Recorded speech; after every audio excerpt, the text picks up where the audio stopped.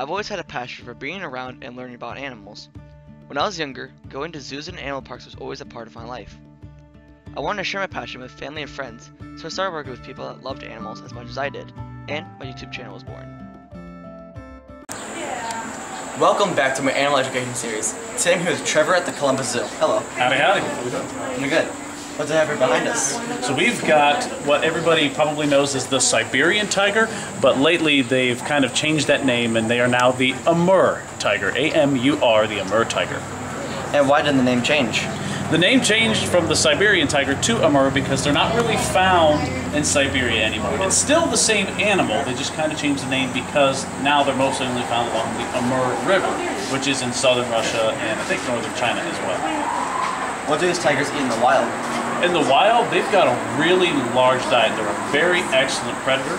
They'll take deer, they'll take goats, but they could also take other predatory animals like lynx that cross into their paths, and maybe even the occasional bear, believe it or not. They are very, very powerful predators. They're the largest of the big cats. And it's like, that's a lot of muscle. I saw them keeper talk, and they're very big animals. Oh, they are downright massive. In fact, we currently have the largest tiger that we've ever had here at the zoo, Jupiter. He's over 430 pounds. He's a big boy.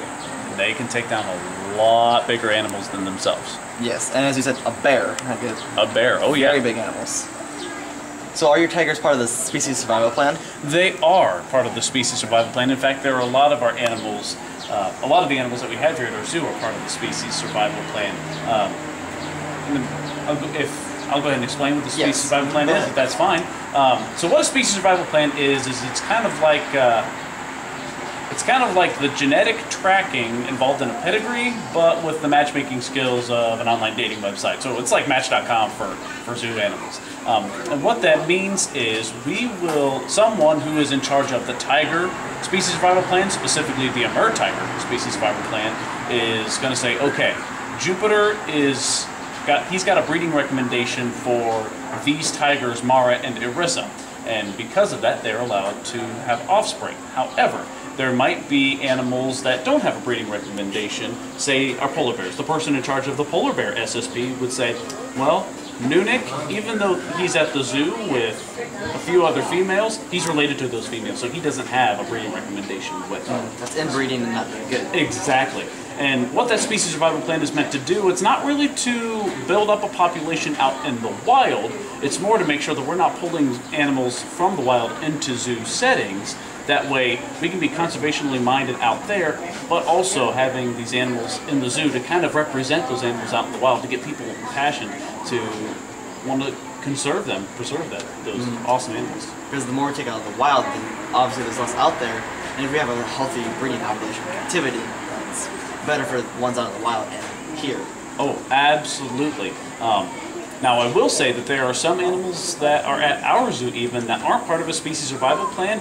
They have something that might be even more overarching that does involve the wild, like our manatees, for instance. I know they're not the tigers, but they have something called the Manatee Rescue Rehabilitation Program, where we are taking our manatees that we get from Florida, we rehabilitate them, and we send them back on their way, depending on their health at a certain point in the year. And you can't breed those in captivity? Correct. You can't breed those guys in captivity, unlike with other animals that are part of an SSP here in zoos. So anyway, back to the tigers. Yes. Like, how does the stripes and the colors help them? Oh my goodness, so the coloration of tigers is really awesome. So the Amur tiger, it's orange, black, and it's got a lot of white on it too. That orange and black really helps break them up. I mean, you can kind of see, even though it's very obvious to us that that tiger is moving, if he stopped and we weren't looking for him, he could kind of blend in behind some grasses and stuff. Those stripes, that striped pattern that they have really breaks up that image of the tiger, especially where their prey is concerned. Now they've got a lot of white on them too, I briefly mentioned. That white, they're from a really northern part of the world, so they blend in a lot with the snow. And in fact, when wintertime rolls around, when there's more snow, they lose some of their color in their coat, and they will have more white fur. Compare that to, say, the Malaysian tiger, which is much farther south. They're very orange and very black most of the year. They don't have a lot of white on them because they don't really need all of that white to blend in with the snow. Why does it snow nearly as much there as it does? near the Amur River. Absolutely. There's almost no snow in Malaysia, whereas there's a lot of snow in Russia and China, northern China. What do you do for enrichment for these animals? So these guys get lots of really cool enrichment. Sometimes they get really large toys like lure balls or kongs, and they can really get their claws into them. In fact, one of their favorites is a big old ball that is meant to kind of take some punishment from really large animals, but eventually they work their way through and get a hole or two in it, and they actually put it in their pool once, and now it's a ball about this big, filled to the brim with water, so it weighs, I have no idea how much, but so much that we have to get a special team in there to be able to pull it out. But they also get different scent type enrichments. That means we put different smells in the yard where they can really get encouraged by, or not encouraged by that, enriched by that. And in fact, there's this perfume called Skin So Soft that Jupiter loves. He will roll in it and love it a whole lot. Hi, buddy. Can you stay right over there, please? Thank you. Kids are some of my favorite genre. But if I may go and say one more thing about enrichment that we do, it's really hot here some of the times at the zoo, and we give them things called blood sickles, and you figure out what that is. It's a frozen thing of blood that we use from the meat that they get, and then put it all in one big ice block. Oh, love it. And this is also a family group, kind of, sort of. Like this is the mom and the 3 offspring. That is exactly right. So we've got Arisa in here and her 3 cubs, Midas, Callisto, and Alara. And for those who are really well aware of astronomy, know that those are the 3 of the moons of Jupiter, who is our adult male tiger that we have. They're his offspring as well. And we've also got another family group, Mara and her 3 cubs who were just born. They don't have names yet, but they're also Jupiter's offspring. And will these 3 cubs, I guess the other ones are cubs now, these are kind of older tigers, but will they be shipped off to other zoos for breeding programs? There will probably be a point where we will send them away. I would imagine so. Now, that's something, that species survival plan, that is usually a decision that's made very calculated but very quickly. There's not a whole lot of, there's a lot of lead up to it, but not all that much lead up to it. I know that doesn't make a whole lot of sense, but I promise the people who are in charge of it are like, yeah, that's kind of how it works.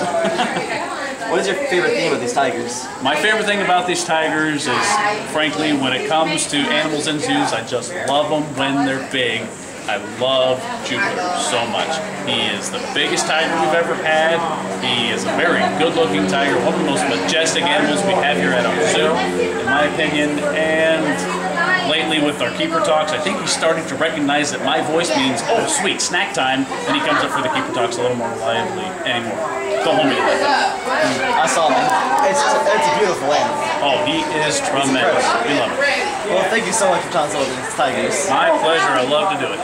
Back here. And if you guys enjoyed this week's episode, don't forget to leave a big thumbs up down below, subscribe to my channel, and also check out my Instagram @Kosher. And as always, I'll see you next week.